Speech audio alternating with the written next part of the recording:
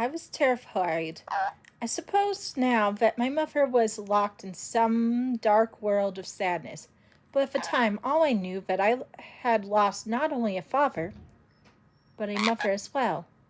At 11 years old, with Prim just 7, I took over as head of the family. There was no choice. I bought our food at the market and cooked it as best I could and tried to keep Prim and myself looking presentable. Because if it had become known that my mother could no longer care for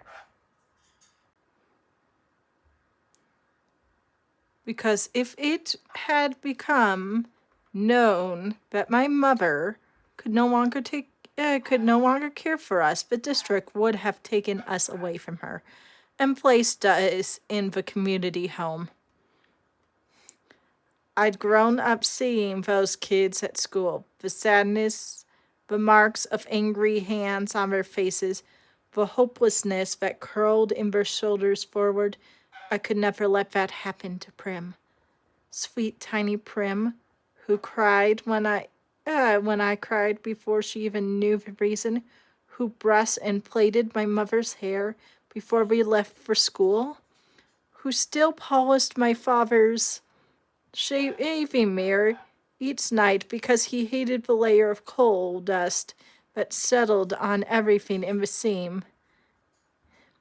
The community home would crush her like a bug, so I kept our predicament a secret.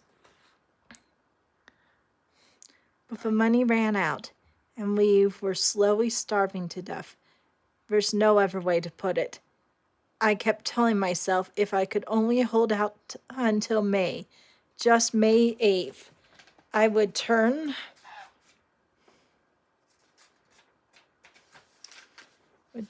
12 and be able to sign up for Tesray and get the precious grain and oil to feed us.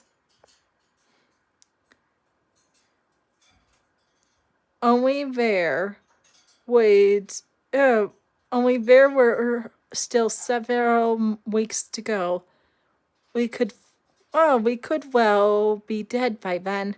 Starvation's not an uncommon fate in District 12. Who hasn't seen the victims? Older people who can't work. Children. Where are you?